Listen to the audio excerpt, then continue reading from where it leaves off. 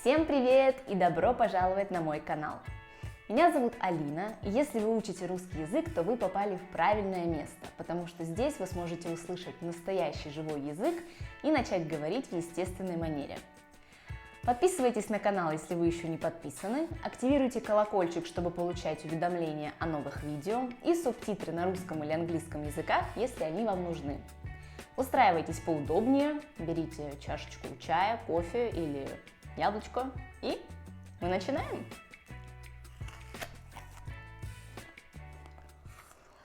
Теперь пожевать надо.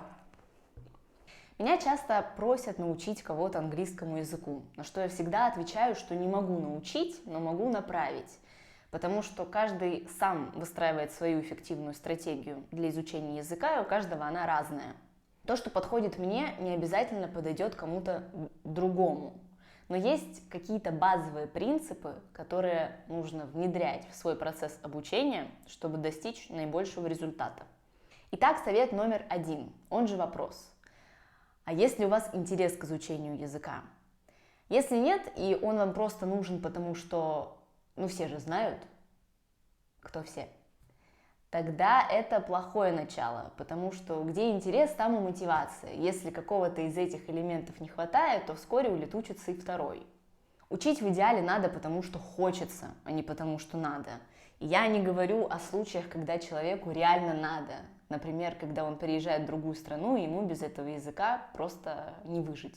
Мне например, просто прикольно говорить на других языках, и от одной мысли, что я могу поехать в какую-то страну и общаться там с носителями на их родном языке, мне греет душу. То есть я не стремлюсь их знать в совершенстве. Мне достаточно уметь выразить свою мысль и общаться с носителем, пусть и не так идеально, как мне бы этого хотелось. Беру количеством, а не качеством. Не могу сказать, что я начинаю учить язык, потому что мне нравится культура, потому что конкретно в моем случае культура идет уже вслед за языком. То есть я в нее погружаюсь и, возможно, влюбляюсь уже по факту изучения языка. Но у кого-то может быть по-другому. Следующий принцип – это постоянство. Если вы решили начать учить новый язык, будьте готовы к тому, что этому нужно уделить достаточное количество времени и сил. Заниматься по пару часов в неделю, скорее всего, не приведет к каким-то ощутимым результатам. Конечно, это нужно делать по мере возможности, но в идеале уделять языку хотя бы полчаса в день, но каждый день. И на длительном горизонте это принесет гораздо больше результаты. Нужно ввести урок языка в привычку, чтобы он стал таким же обязательным, как, например, завтрак. И не придумывать себе отмазки. Главное помнить, что заниматься по настроению, сегодня оно у меня есть, завтра у меня его нету, и вообще еще куча работы, а так-то я и с друзьями 100 лет не виделась, не стоит. По пути навстречу к друзьям в машине, в автобусе, в метро можно использовать свободное время и послушать, например, подкаст на изучаемом языке. И отсюда мы переходим к третьему принципу – свободному времени. Что значит свободное время в конкретном случае? Это значит время, когда мозг не задействован в какой-то физической активности. Это может быть тренировка, бег, готовка, уборка, поездка на работу или куда угодно. В это время как раз и можно интегрировать язык и послушать интересный подкаст или посмотреть видео. Вообще посмотрите, сколько их здесь! Я, например, всегда смотрю видео, когда еду в метро. И это, на секундочку, получается около 2 часов в день. И это только в метро. А еще примерно полчаса в душе, примерно полчаса за завтраком, час-полтора во время тренировки. И, казалось бы, как же успеть учить хотя бы один иностранный язык, не говоря уже о нескольких, когда у тебя есть работа, семья, а еще вообще-то хочется отдыхать.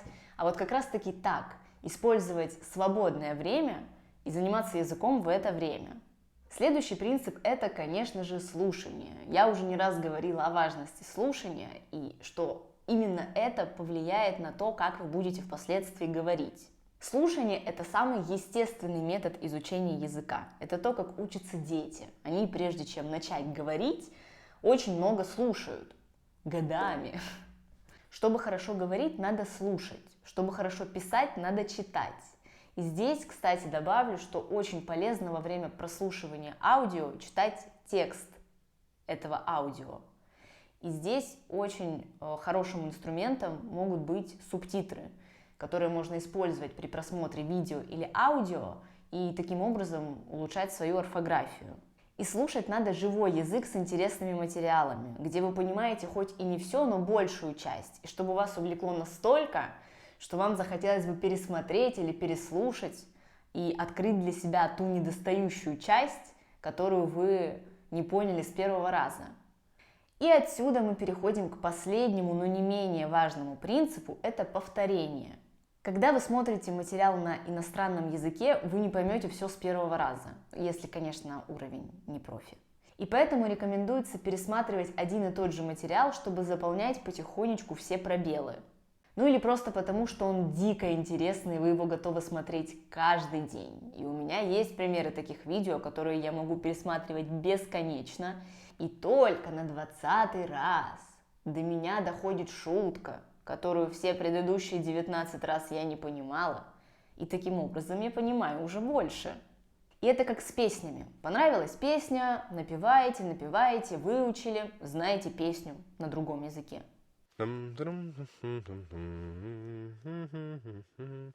Потом бац, и понадобилась какая-то грамматическая конструкция или слово, которое не приходит в голову так быстро, не можете его вспомнить. И тут вы вспоминаете строчку из песни, в которой есть это слово или эта грамматическая конструкция, и быстренько применяете ее к своей ситуации. И точно так же и с видео. Гораздо эффективнее пересматривать одно видео несколько раз, чем каждый раз смотреть новое видео и оставлять в каждом предыдущем видео непонятую часть непонятой. Ну и в качестве бонуса скажу еще две очень важные вещи, на которые стоит обратить внимание. И первое – это ошибки, которые не надо бояться совершать. Их допускают абсолютно все, и даже носители. Носители в первую очередь. Не надо бояться показаться смешным или глупеньким, потому что мы все студенты иностранного языка, и мы прикладываем огромные усилия для того, чтобы этот язык выучить. И да, мы совершаем ошибки, а куда без ошибок?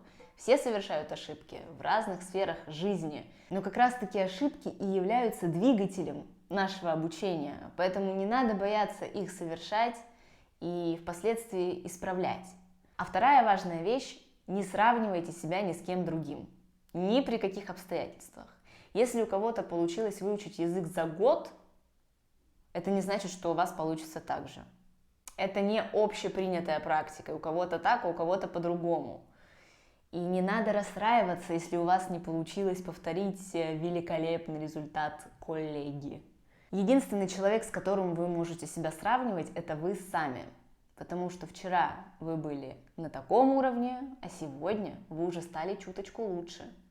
И это должно иметь значение, а не то, что у кого-то получилось, а у вас нет. Подытоживая, повторю важные моменты, которые я сегодня проговорила. Итак, для эффективного изучения иностранного языка нам нужно быть заинтересованным в иностранном языке, внедрить этот язык в свою повседневную жизнь, использовать свободное... я опять не могу 3 показать. Использовать свободное для мозга время с пользой, слушать радио, подкаст, смотреть видео, если это возможно, и вообще любые интересные материалы. Слушать и еще раз слушать.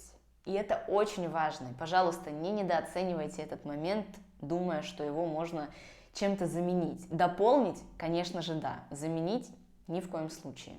Повторяйте то, что вы выучили, потому что память имеет свойство не откладывать у себя моменты, которые не были в нее глубоко внедрены и которые не используются изо дня в день. Ну и, конечно же, не бойтесь совершать ошибки и ищите свой эффективный метод изучения языка, который принесет наибольшие результаты.